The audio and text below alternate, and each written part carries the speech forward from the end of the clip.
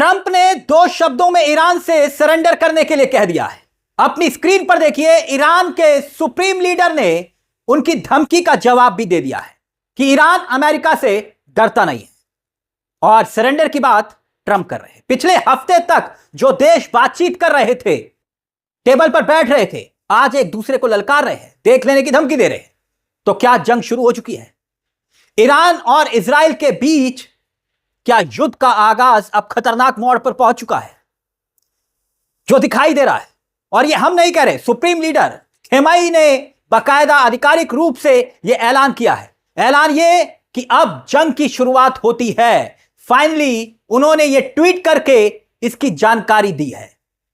लेकिन अब जो सबसे बड़ा डेवलपमेंट, यानी कि जो सबसे बड़ी खबर सामने आ रही है, अपडेट आ रहा है, वो ये कि डोनाल्ड ट्रंप और इजराइल यानी कि नेतन्याहू और डोनाल्ड ट्रंप दोनों खुलकर एक दिशा में आ गए हैं, या फिर यह कहें कि पर्दे के पीछे का खेल अब सामने आ गया है। यकीन नहीं होता तो ट्रंप के ट्वीट का जिक्र जो मैंने किया उसे देखिए। ट्रंप लिख रहे हैं अनकंडीशनल सरेंडर। किसके लिए? ईरान के लिए, कि बिना किसी कंडीशन के आपको सरेंडर करना है। बात यहीं खत्म नहीं हो रही है।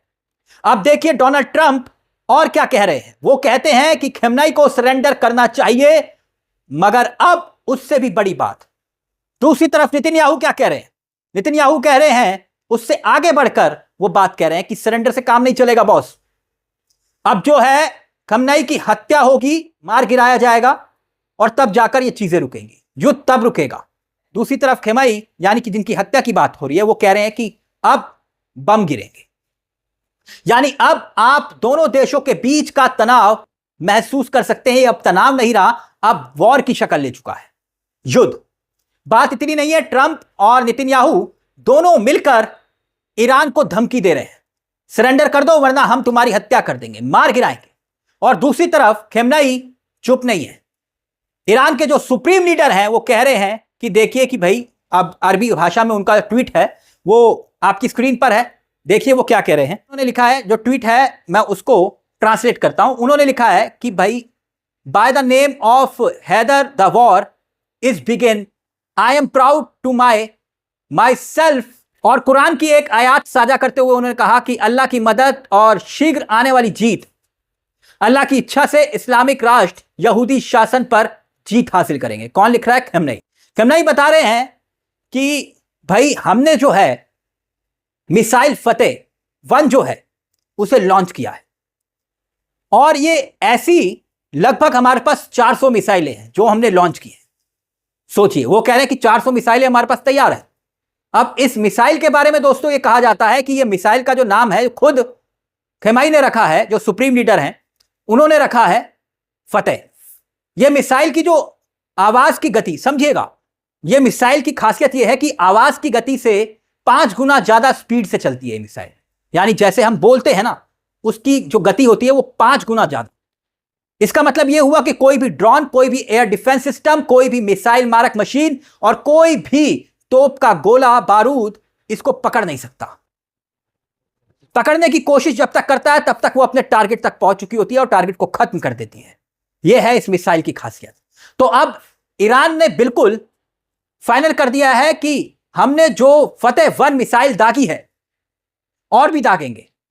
यानी मामला सरेंडर से आगे निकल चुका है, वो सरेंडर करने को तैयार नहीं है। अब याद कीजिए, कुछ घंटों पहले ट्रंप बैठे हुए थे हसीन वादियों में, कनाडा में। G7 सम्मेलन चल रहा था। G7 देशों के सारे बड़े चेहरे वहां पर मौजूद थे और बातचीत कर रहे थे। बातचीत इस बात पर हो रही थी कि क्यों ना हम सब मिलकर रेवोल्यूशन पास करें, रेवोल्यूशन पास करें जिसमें यह हो कि भाई ईरान युद्ध रोके, आपस में युद्ध रोके और दोनों देश सीज फायर कर लें। मगर होता क्या है दोस्तों, इस बात पर ट्रंप राजी नहीं होते। ट्रंप राजी नहीं हो रहे। तो क्या ट्रंप पीछे के पीछे, पर्दे के पीछे कोई गेम खेल रहे हैं? कहने वाले कह रहे हैं कि ट्रंप का मकसद कुछ और था। ट्रंप बैठक के बीच से उठते हैं, सीधा वॉशिंगटन के लिए निकल जाते हैं। तो सवाल खड़े हुए कि ट्रंप G7 के बीच बैठक को छोड़कर क्यों चले गए। वहीं इस बीच फ्रांस के जो राष्ट्रपति हैं माइक्रो, उन्होंने ट्रंप पर कटाक्ष कर दिया, यह कहते हुए कि भाई हो सकता है वो शायद युद्ध रुकवाने जा रहे हैं, युद्ध रुकवाने, जैसे उन्होंने भारत पाकिस्तान में युद्ध में दावा किया कि भाई मैंने रुकवाया। अब कहने वाले कह रहे हैं कि ट्रंप इजराइल को साथ मिलाकर कुछ और युद्ध की रणनीति बदल सकता है। युद्ध की रणनीति कैसे बदलेगा? क्या हमले तेज हो सकते हैं? अब उसके बाद खबर यह आती है कि जेट्स जो हैं वो ईरान के आसपास के इलाकों में घूम रहे हैं, जो बताया जा रहा है। जो अमेरिकी सेना है, क्योंकि ईरान ने पहले ही कह दिया था कि हम इजराइल पर हमला कर रहे हैं, मार रहे हैं इजराइल को, क्योंकि इजराइल कह रहा है कि हम परमाणु नहीं बना सकते, या फिर इजराइल फिलिस्तीन के इलाकों पर कब्जा कर रहा है। अगर बीच में कोई आएगा, अमेरिका, जैसे उन्होंने कहा कि भाई अमेरिका भी बीच में आएगा तो हम उन्हें बख्शेंगे नहीं, छोड़ेंगे नहीं, क्योंकि लगभग 400 के आसपास की जो सेना है अमेरिका की अरब देशों में डिप्लॉयड की हुई है, अलग अलग जगहों पर। तो ईरान ने इस बात को कहा कि अगर आप, यानी कि अमेरिका बीच में आया तो हम ऊपर से बम गिराएंगे, बख्शेंगे नहीं। अब उसके बाद होता क्या है कि अमेरिका अब तक तो सामने खुलकर नहीं आया था, वो सिर्फ बयान जारी कर रहा है। यानी डोनाल्ड ट्रंप जो कह रहे हैं वो बयानबाजियों तक ही सीमित था।